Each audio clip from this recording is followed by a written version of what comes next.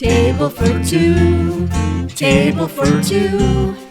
Having fun, playing games, just me and you. Welcome to the Table for Two show. I'm Phil. You're Conductor Phil. I'm Conductor Phil. And I'm Conductor Jane. And yes, we've worn these hats before. If you've been around a while, we wore these in season 1. And I thought, well, we should always wear these when we play a train game. Yes.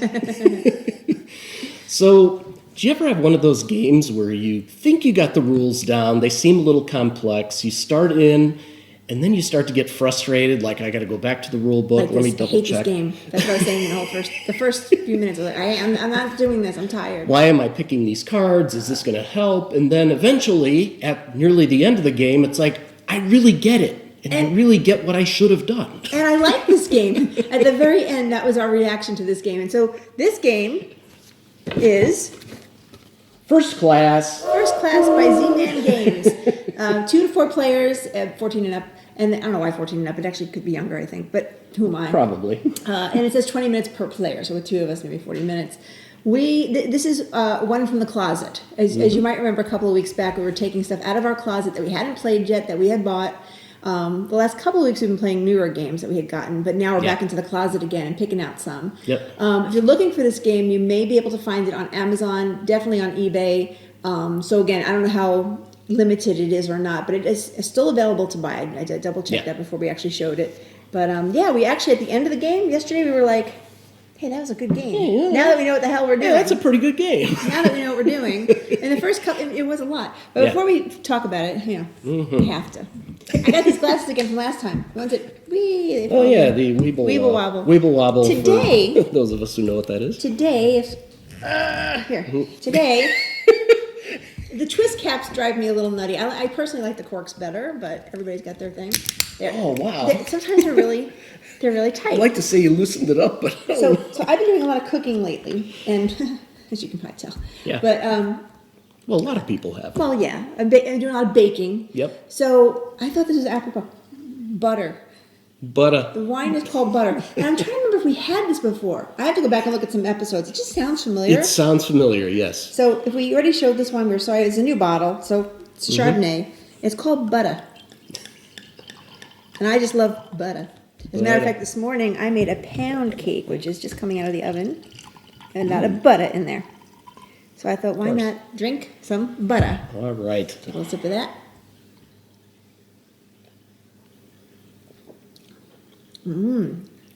That's nice. I don't remember if we had this yet or not, but if we did, I'm glad we're having it again. It is kind of buttery. A little bit buttery. Could take that. Yeah, that's good. So the game of First Class is really what it states, First Class. Each person is trying to build the most luxurious railroad to attract all the famous people and get everybody coming on their railroad, basically to go to the Orient Express, right? That's the Orient Express situation. Everybody knows that. Yep. Hopefully most people know what the Orient Express is. But there's so many ways you can get points. That's where I think it got a little bit complex. And again, not in a bad way, just like, if I do this, then I don't have time to do that. And you had to kind of choose what you were going to do sometimes, because if you try to do too many things at once, you were never going to accomplish what you wanted to accomplish. And that was what was really interesting. Anyway, go through some of the components. Each player gets a player board. I actually had blue. Phil had red. If it's showing okay, we can make sure we're on the right. It's a tiny board, so I want to make sure we're seeing it okay. So Phil, just hold it up here. The first section on the left corner here is a place where coins go, and there's a whole bunch of gold coins. And you start off with 1 coin. But as you gather coins during the course of the game, if you gather, you have to do them in columns. As you gather each column, you can then do the action at the bottom. So it's kind of nice. Or you could spend your coins regardless of these actions at the bottom, and you can get victory points. Or you can also, I forgot what this one is. Or you can get an end of game card, which I'll explain. You have to pay 4 coins to get that. So there's different things you can do with your coins. During your turn, you can do as many as you want, as long as you have enough money and you have the right amount. So that's a pretty nice feature. At the top is like a little train path. Now, each player gets a little packet of all their starter things. And one of those starter things is a little tiny locomotive, right? A little tiny locomotive. And that locomotive is placed up here. Right here at the top. And and then highly recommend look at the picture playthrough for this game, because there's too much to say in this show. We're going to explain some basics, but then you'll see in the picture playthrough. But literally during the course of your turns too, you can move your locomotive and you could receive bonuses. And then what's nice is you think that's the end of the line.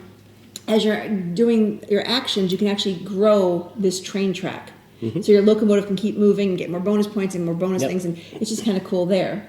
And then you'll see you also get 2 little conductor meeples, for a better word, and they go here and here, and they start on the card.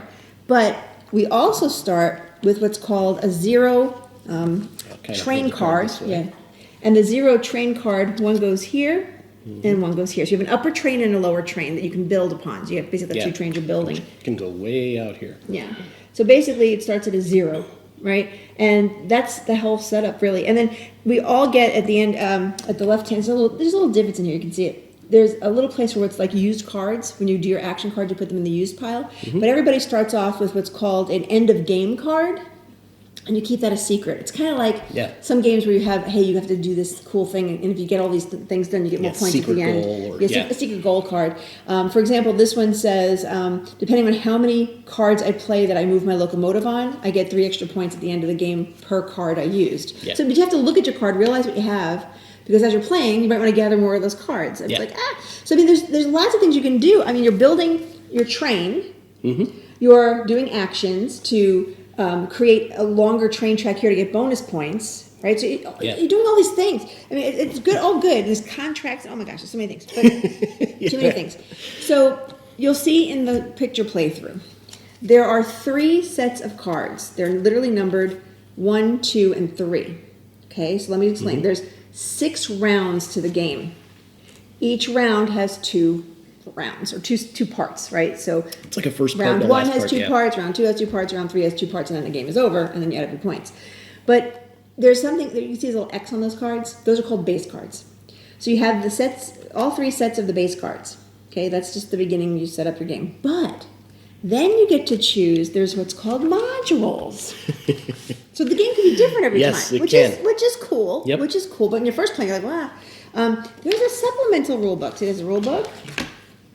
And then there's a supplemental rule book. And even for the first game, we use the supplemental rule book. We use both rule books for the whole... Because you always have a module in one of your games. You always have modules. So you always use supplemental if you're not used to it. But it recommended we played Module A and Module B with the base set. Okay? So there's a Module A and Module B section of the rule book. So what happens there is you get these additional cards. They're labeled A, B, by the way, C, D, and E. There's up to E.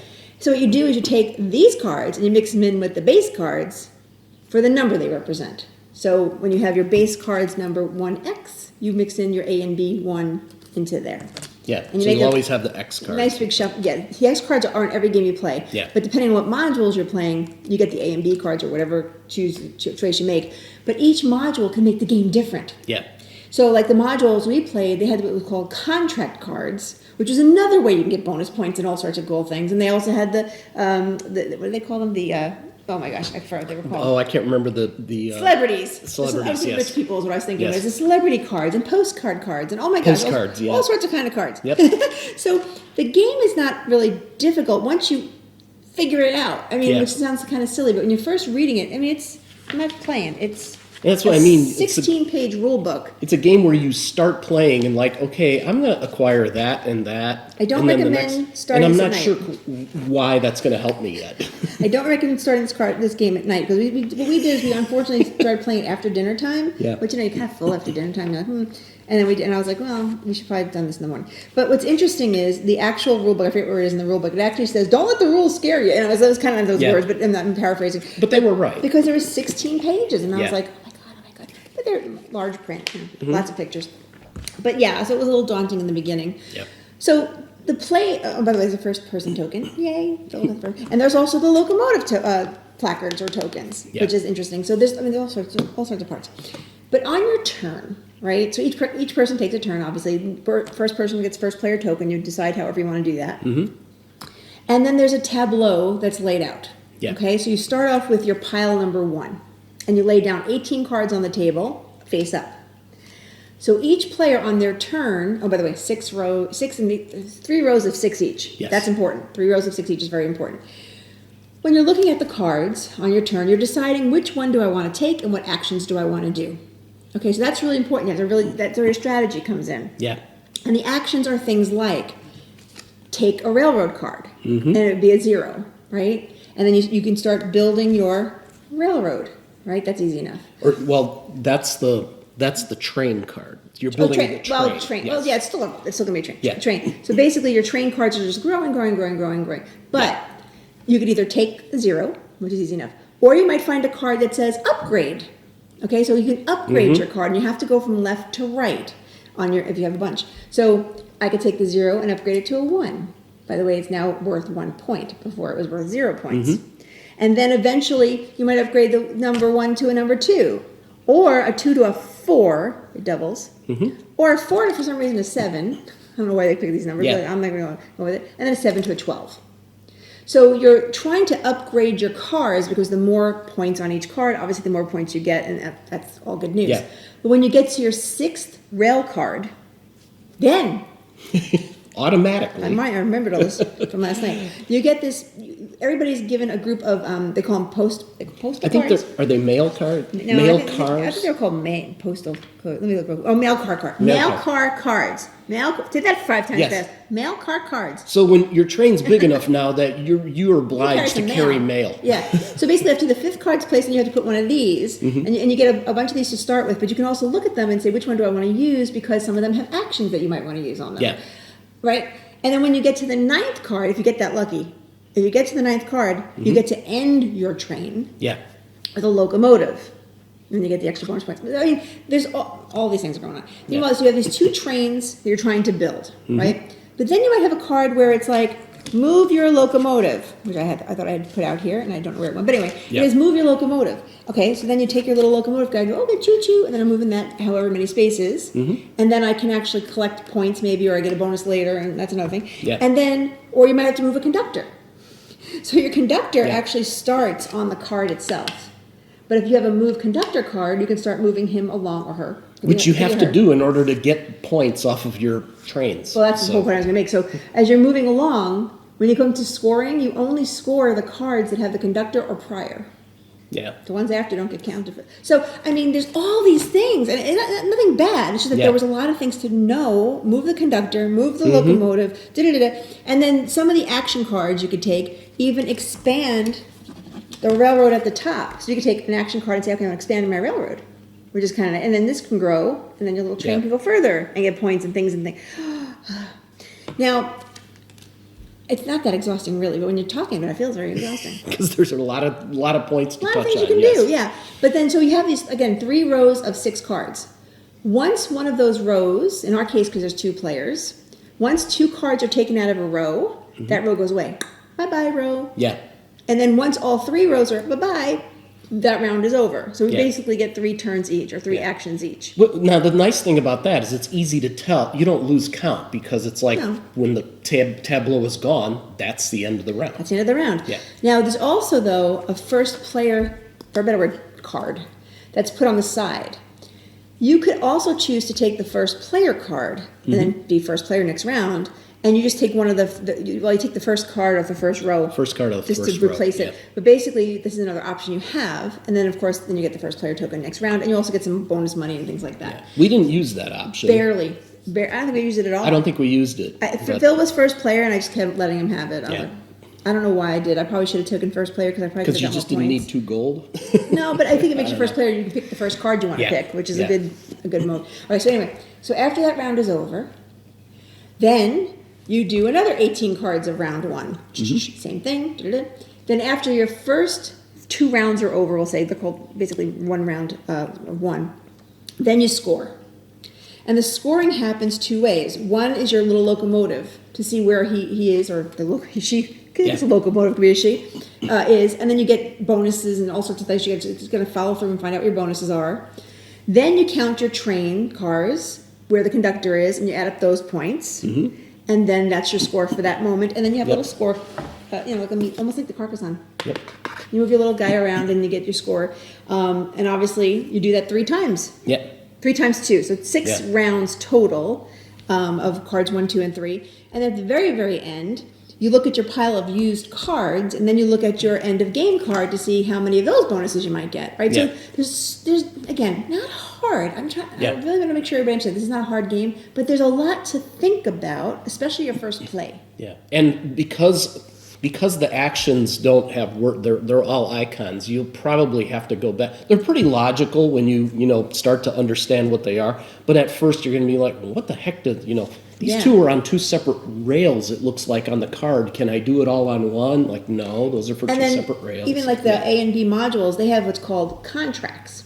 So you can say, I'm going to take this action card, which is a contract, and it shows if you have this and this, or that and that, then you get this. So you put it to the side, like I'm going to try to do this contract. And then if you get the whatever it tells you need to get, then you get the bonus on it. Yeah. So I mean, there's all sorts of ways you get points, and that can happen while you're in the middle of your round. It could happen at scoring. One of our viewers last night, Jenny. Hi, Jenny. Hello. I thought I'd throw her in there because she emailed us last night about something, and I wrote her back and I said, "Yeah, we're in the middle of playing this game. It's driving you nuts," or something like that. I said, and she goes, "Those are usually the best ones," and she was right. Yeah, she goes, "Once we were done, I was like, I like this game." Yes. Even though I was ready to throw it out the window a few times in the beginning. It's funny, all the way, so you play 6 rounds, and even into the 4th round, I was like, I don't know if I really like this game, but I'm starting to really kind of get the strategy. And it took until the 6th round, and then I really like this game. Even though I think I'm going to lose, I really like this game. And you said something last night when we were playing it that I thought was truly true. Truly true? Is that good? Really true. Mm-hmm. You said the first 2 rounds were kind of like, the second round's a little bit better, and then boom, the 3rd round was like, hey, this is fun. Because you could do more things, you had more money, you had more things you can do, so that's probably why. In the first round, you're just building up your trains, and you're trying to get a feel for what you need, and that's probably why it does kind of go up and to the right when you're playing it. So anyway, we do recommend it. We liked it a lot after we figured it out. Z-Man games, I've never really had a bad Z-Man game. No. I can't think of one. And then the other thing is, again, I don't know how available it is. Like I said, I double checked. I saw a few on Amazon, and it said like a couple left. And then I saw on eBay there was a bunch. Mm-hmm. I don't know if Z-Man's still making the game. I should have probably checked their website. That was my bad too. But if not, you could probably get a used one even on eBay, or something like that. So anyway, if you win it next month and we can't get one, then we'll have you try something else. Yeah. but I really liked it. So because we're not sending this one. I like this game. They want to trade us for something better. I don't know. Cthulhu Wars. No, just kidding. So anyway, so this is called, again, First Class. Mm-hmm. Picked it up a couple of years ago. It was sitting in our closet. Yep. And again, that's the thing. We're trying to pull the ones out of the closet that we haven't had a chance to play in this wonderful quarantine. Although things are getting a little better. They are. We live very close to Indiana. And Indiana, as of yesterday, I want to say, went 75% capacity in their restaurants. Yeah. We didn't know that, actually. We knew that they were having restaurant seating again, and we thought, well, if it's 25%, maybe we'll take a chance and we'll go and wear our masks and all that kind of stuff. Yeah. And we went to a nice restaurant last night. It was pretty empty, so we were very glad about that. But then my girlfriend, who lives in Indiana, said, oh, no, it's 75% capacity now. I'm like, woof. I'm glad that one wasn't too full, because I would have been a little nervous. Yeah, still a little uncomfortable being just like a couple seats away from someone. Yeah, somebody sneezes, you're like, wow, we're conditioned for that now. Yeah, I know, it's true. But in our cases, we're super cautious because we have elderly parents. Yeah. And if it was just us, maybe I'd just go whole hog out there and go, let's find out what happens. Mm-hmm. No, I wouldn't do that, God bless. But we don't want to get sick because we have to take care of parents. So we just have to be careful out there. And each other.